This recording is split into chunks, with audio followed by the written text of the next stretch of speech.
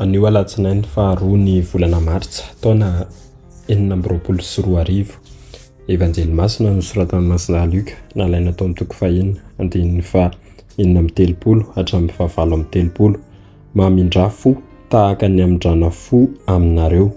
Tamin'izany andro izany, i Jesosy niteny tamin'ny mpianana na hoe aoka ho mpamindra fo tahaka ny renareo mpamindra fo ianareo, ary aza mitsara dia tsy ho tsaraina ianareo, aza manameloka dia tsy ho elohina ianareo, mamela dia avela ianareo, manomeza dia omena ianareo, fatra tsara, mifatratra sady mihintsana no avoloa no omena ho ao ampifonareo, fa izay famarana namaranareo ihany no amarana ho anareo koa.